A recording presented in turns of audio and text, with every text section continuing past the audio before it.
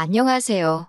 염치 없는 신우 때문에 시댁하고도 절연하게 된 30대 여성입니다. 남편과 저는 직장에서 만난 사이입니다. 제가 남편보다 입사가 3년 빠르기는 했지만 나이는 남편이 저보다 2살 더 많아요. 저는 졸업 전에 취업에 성공한 반면 남편은 군대도 다녀오고 취업을 하기까지 시간이 좀 걸렸다 들었습니다. 아무튼 결혼 전까진 같은 은행지점에서 일을 했는데 식을 올리고 얼마 지나지 않아 제가 외국계 금융권으로 이직을 했네요. 사실 저희가 결혼을 하기까지 그 과정이 쉽지만은 않았습니다. 경제적으로 여유 있는 저희 부모님과 그렇지 못한 시댁의 사정 때문이었어요. 일단 저희 친정부터 이야기하자면 친정아버지는 지금은 은퇴하셨지만 대기업 상무까지 지내셨지요. 친정어머니 역시 지금은 아니지만 최근까지 법률사무소에서 아르바이트처럼 일을 하시며 경제활동을 하셨고요. 저희 부모님 자랑 같아서 하나씩 전부 다 열거하긴 그렇지만 솔직히 말해서 당신들 노후 준비는 탄탄하게 되어 있습니다. 덕분에 감사하게도 저는 주변 친구들처럼 부모님에 대한 부양의무라던가 그런 부분에 있어서는 자유로운 편이에요. 하지만 시댁 사정은 많이 달랐습니다. 남편에게 듣기로는 남편이 대학에 들어가기 직전까지 시부모님 2분이서 신발을 수출하는 공장을 운영하셨대요. 그때만 해도 한국산 신발이 수요가 있어서 경제적으로 크게 어려운 줄 모르고 살았다는데 아버님께서 돌연 무슨 바람이 불었는지 요식업을 하시겠다며 잘되던 신발 공장을 접으시곤 크게 고깃집을 여셨다고요. 그런데 생전 음식 장사라곤 어머님이고 아버님이고 해본 적이 없었던 데다가 자리도 좋지가 않아서 결국 2년 만에 장사를 접으셨다고 합니다. 안 되는 장사를 어떻게든 끌고 가려고 하다 보니 돈을 벌어와도 시원찮은 판국에 있는 재산까지 다 갖다 부으셨다고요.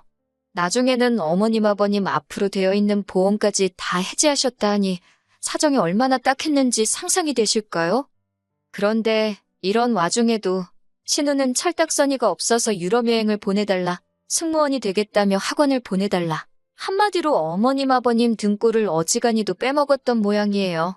씀씀이도 줄이지를 못해서 걸핏하면 신용카드로 긁어대고 그러다 안 되니까 어머님 카드까지 훔쳐다 쓰고 집안에 골칫덩이가 따로 없었다고요. 그러다가 뜬금없이 하루는 결혼을 하겠다며 이웃남을 데리고 왔다는데 어머님 아버님이 쉽게 허락하실 리가 없었지요. 그러자 이 남자 아니면 죽는다고 밥도 안 먹고 잠도 안 자고 솔직히 제 자식이 아니라서 제가 이렇게 말할 수 있는 건지도 모르겠지만요. 저라면 그러던지 말던지 너 죽고 나 죽자는 심정으로 내버려뒀을 것 같아요. 하지만 어머님 아버님은 그렇게 하지를 못하시고 결국 그 결혼을 허락해 주셨다고요. 그런데 거기서 끝이 아니라 신우가 호텔 결혼식을 올리겠다고 난리 아주 생난리를 쳤답니다. 그런데 그때는 정말 시댁에 돈이 없어서 그렇게는 못해주고 평범한 웨딩홀에서 식을 올렸다나 봐요. 이 모든 일이 남편과 제가 서로 알기 전에 있던 일이고 제가 알게 된 건 본격적으로 결혼 준비를 시작한 이후입니다.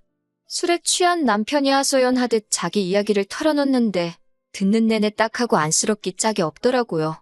제가 남편과 같이 일도 해보고 연애도 해봐서 누구보다 잘하는데 사람이 착실하고 성실하고 정말 진국인 사람이었거든요. 하지만 결혼은 현실인데 돈 없고 노후 준비도 안 되어 있는 시댁을 제가 감당할 수 있을까 걱정이 되더라고요. 친정 부모님이 무슨 말씀을 하실지도 신경 쓰였고 그래서 남편의 프로포즈에 바로 예스라고 대답을 해주지 못했어요.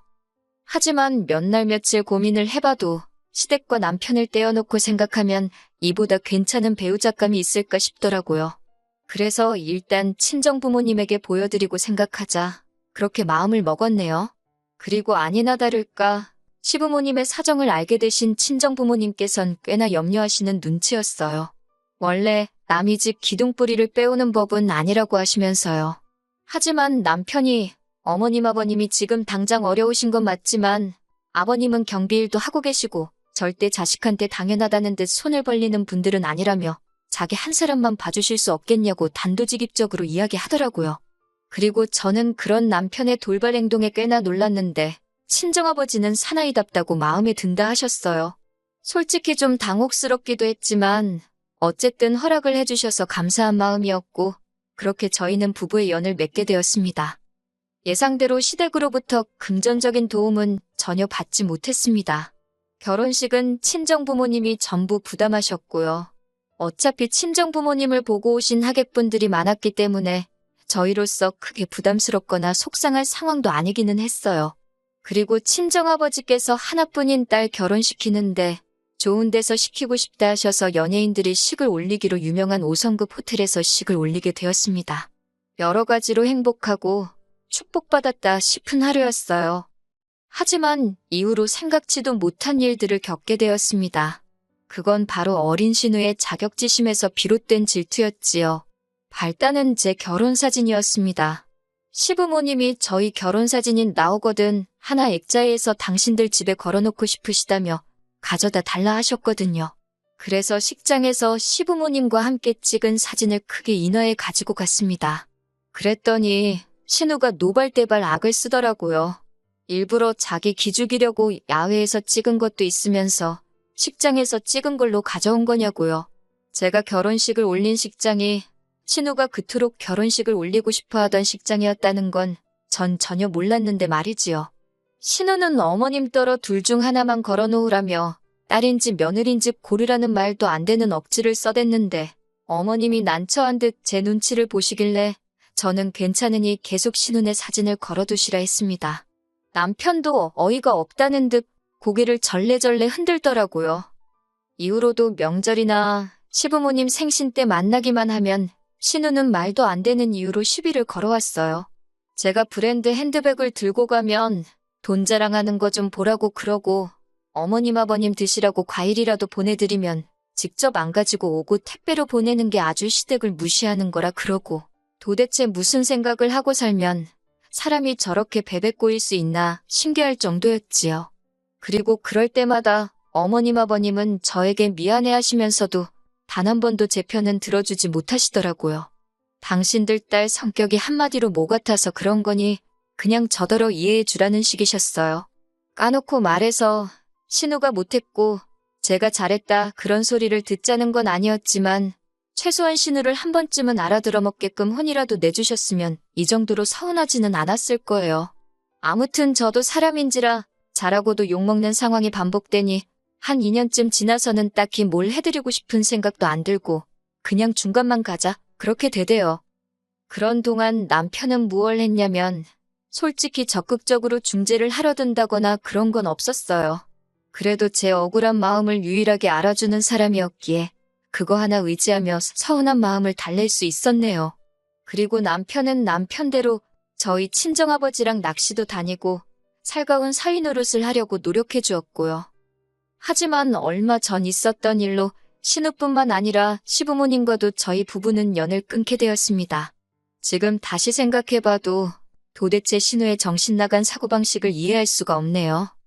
아버님의 칠순이 지난달이었어요. 요새 환갑은 너무 흔해서 안 챙긴다고 하지만 그래도 칠순은 의미가 남다른 것 같아 남편과 무얼 해드리면 좋을지 이런저런 이야기를 나누게 되었지요. 그러다 제가 친정부모님은 환갑 때 유럽에 다녀오셨는데 너무 좋아하셨다는 이야기를 했어요. 그러자 남편이 두 분이서 그런 여행도 다니시냐며 너무 보기 좋고 부럽다 하대요. 어머님 아버님은 유럽에 가보신 적이 없냐고 물으니 남편이 하는 말이 유럽은커녕 어머님은 비행기 자체를 타본 적이 없다더군요. 그래서 제가 그러면 이번에 두 분 해외여행을 보내드리면 어떻겠냐고 먼저 물었습니다. 남편이 그 작은 눈을 땡그랗게 뜨고는 진심이냐고 묻길래 진심이라고 했지요. 첫 비행이시라 멀리 가는 건 걱정된다고 하셔서 동남아로 5박 6일 여정을 생각하고 계획을 세우기 시작했습니다. 마침 친한 친구가 여행사에서 일을 하고 있어서 생각보다 편한 코스를 저렴하게 모실 수 있겠더라고요. 그러다 남편이랑 저까지 같이 가자는 이야기가 나왔어요. 어머님 아버님이 먼저 나이 든 사람 둘이 가서는 무슨 재미로 놀겠냐며 너희도 같이 가면 안 되겠냐고 그러셨거든요. 그런데 이 소식이 누구 입을 통해서인지는 모르겠지만 신우한테까지 들어간 게 화근이었습니다. 신우가 대뜸 전화를 해서는 자기 아버지 생신인데 왜 저희 부부끼리만 계획을 세우냐면서 서운하다 그러는 거예요. 자기한테 한마디 언질이라도 해줬으면 얼마나 좋았겠냐고. 그래서 제가 아가씨한테 부담될까봐 말 안 했다고 그렇게 서운해할 줄 몰랐다 했어요. 그리고는 지금 예상 경비가 이 정도는 들 것 같다 이야기하며 아가씨네가 반을 부담할 수 있겠냐고 물었습니다. 그랬더니 신우가 펄쩍 뛰면서 자기네랑 상의하고 정한 것도 아닌데 자기네가 그걸 왜 반이나 내야 하냐고 그러길래 그럼 말라고 했네요. 처음부터 신우네에게 돈을 받을 걸 염두에 두고 계획한 여행도 아니었기에 신우의 그런 반응이 어이없긴 했어도 기분이 나쁘고 그런 건 없었습니다. 그리고 며칠 뒤 어머님 아버님이 모처럼 가족끼리 모여 식사라도 하자 하셔서 시댁에 내려가게 되었지요. 시댁에 도착하니 어머님 혼자 부엌에서 동분서주 하고 계시길래 얼른 저와 남편도 양팔을 걷어붙이고 식사를 준비하기 시작했어요. 그러자 신우가 남편더러 오빠가 거기서 뭐 할 게 있냐며 옷반 나오라고 야단이더라고요. 어이가 없어서 남편을 쳐다봤는데 남편도 남편대로 짜증이 났던지 신우더러 네가 여기 올 거 아니면 신경 끄라고 무안을 줘버리대요.